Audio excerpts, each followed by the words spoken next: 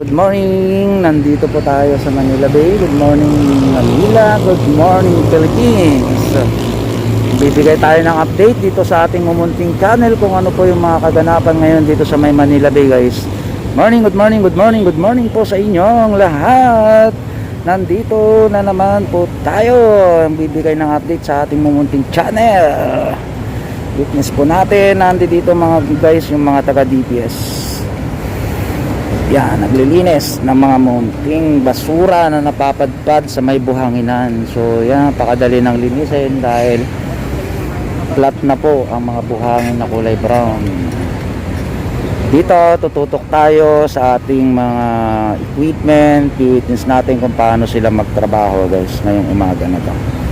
Okay, stay tuned lang kayo dyan. Bibigyan ko kayo ng update dito sa ating channel Kurikbot TV. Good morning po sa ating mga kababayan, lalong lalo na dyan sa may norte, mga ka-Ilocano, mga Kuripot. Nood na kayo dito sa TV natin. Hi guys, welcome to the Papa. Hi guys, welcome to the vlog.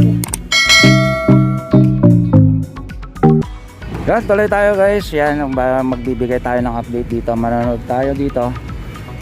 Tingnan natin kung gaano ba sila nag-work, no?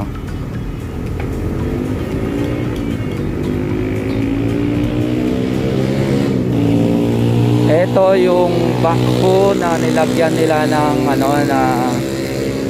kakaibang pinakangipin, no? Ayan, no? Ngayon lang tayo nakakita ng ganyan, guys. Pang-ipit nila sa bakal na binabaon dyan sa may bagong rampa na ginagawa. Ayan na po yung mga rampang bakal dyan, no? Yung mga pinaon na bakal dyan, no? Sa may gilid. Ayan, no? Ayan.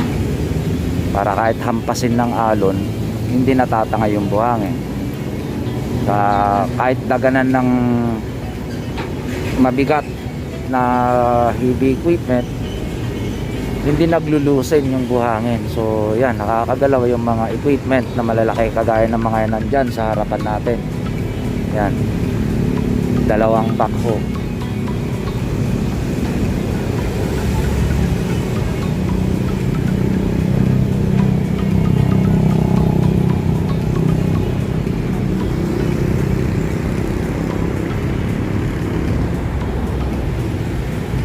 So yung taga DPS kanina nasa ilalim, no guys. I-flex ko lang din yung mga taga PDO, no, yung mga PDO dito sa Manila. Naglilinis ngayon sila dito sa may mga halamanan. So di pa nasa section naman sila ng agriculture. Flex na lang natin, guys. Ikot natin yung camera para makita natin yung mga taga PDO. Okay, so yan, yung mga taga PDO, guys, naglilinis sa may halamanan dito sa gilid ng Rojas Boulevard. Okay, so alagang alaga talaga, guys, kung ano yung nandito sa Manila Bay na mga kayamanan ng ating gobyerno ay inaalagaan ng ating mga magigiting na taga City Hall. Yan, todo puwersa sila, guys, hanggang dun yan sa may gilid. Yan. So yan, napapanatili ang kagandahan ng mga halaman dito sa gilid ng Rojas Boulevard dahil sa kabutihan ng ating mga magigiting na taga PDO Manila.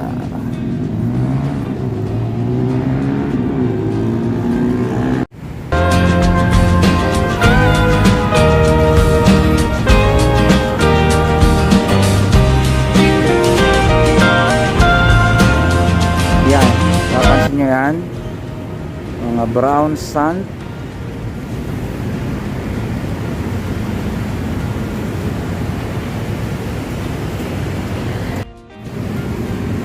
Guys, tuloy-tuloy tayo, no? Kung sa kabila ay taga DPS, guys, ang naglilinis, dito sa may banda rito ay mga taga DENR.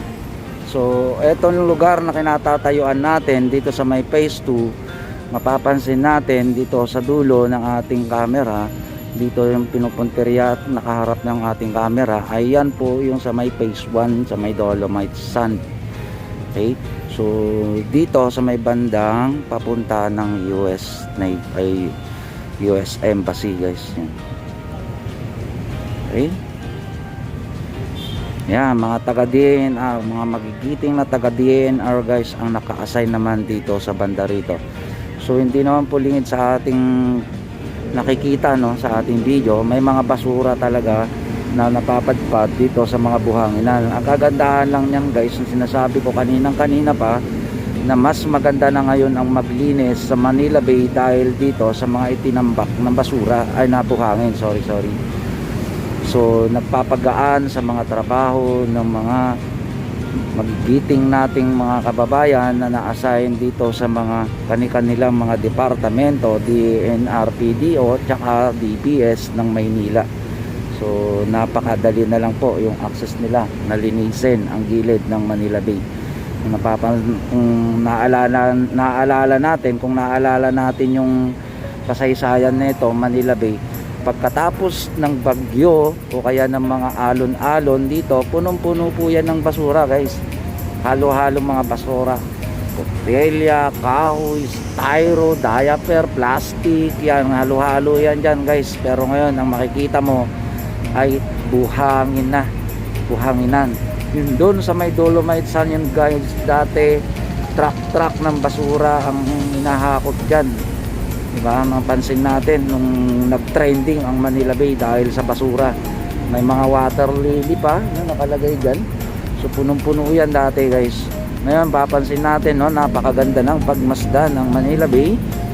So may mga buhangin na itinambak dito. Yan, may mga puti yan na buhangin, papansin nyo. Yan ang tawag po dyan ay Dolomite Sand. Hopefully yes, malalagyan ng Dolomite Sand itong brown na buhangin na to para mag-alabits na talaga ang Manila Bay at puntahan ng mga turista at ang ating mga kababayan, lalo na sa mga bata, no? Okay, so para sa mga anak-anak natin to, sa mga apo-apo natin, salamat sa ating mahal na Pangulo sa pagbigay ng pansin na marehab etong Manila Bay.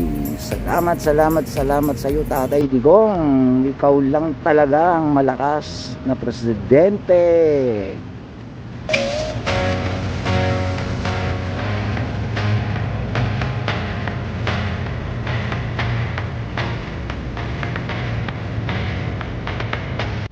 Yun, nakita ko si Boss Marlon, no? Andun si Boss Marlon kanina, ayun, no? Good morning, Boss Marlon! Okay, so si Boss Marlon ay vlogger guys na taga DNR. Yan. Nagla-live yan lagi, nakapumapasok tayo sa bahay niyan. Okay, good morning ngayon Mila. Good morning Philippines. Stay tuned lang kayo guys.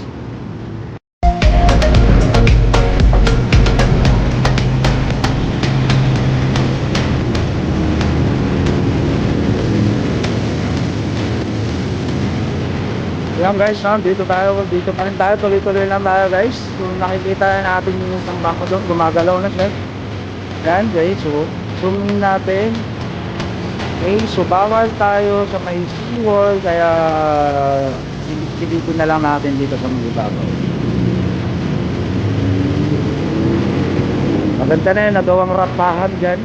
Mahaba na. Hanggang doon na sa may bandang gitna. Kaya kahit may dumating ng malaking barge na galing ng Cebu, dito na yan po pwesto. Malalim na yan, so hindi na siya sasabit sa buhanginan guys. Yan lang naman po. Pero pag natapos yan, pwede na nilang lagyan ng kubo sa gitna. Total, may daanan naman na, no? Gawin na lang nilang tulay, tapos maglagay ng kubo dyan sa gitna para puntahan ng tao, parang nagmumukhang floating cottage, diba? Naiisip-isip nyo din ba guys? Tutulay dyan, no? O kaya floating restaurant, mga ganon. Wag lang bar, diba? O galing dito sa seawall, oh, di ba? Oh. Tapos lalagyan ng tulay. Yan, papunta doon sa gitna. Oh, di ba? Para hindi sayang yung mga bakal na binaon nila diyan. May bakal na, tapos sisimintuhin pa, tapos lalagyan ng bridge. Oh, di ba? Naiisip natin doon. Tapos dito, sa banda rito, lalagyan ng kubo. Pwede, di ba?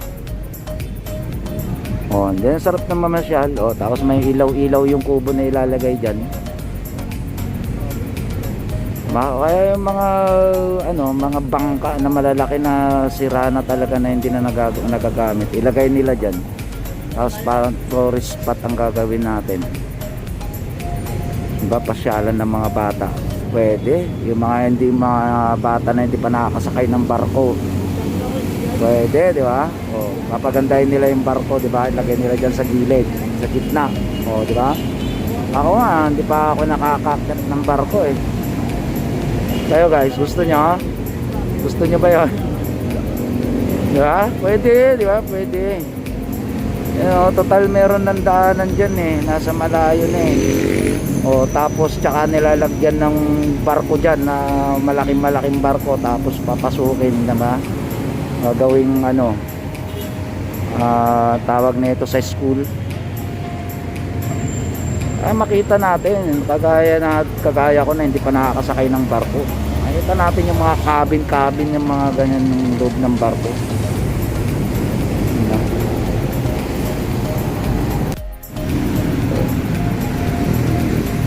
Ayan, lipat tayo dito. Dito yung mga taga-PDO.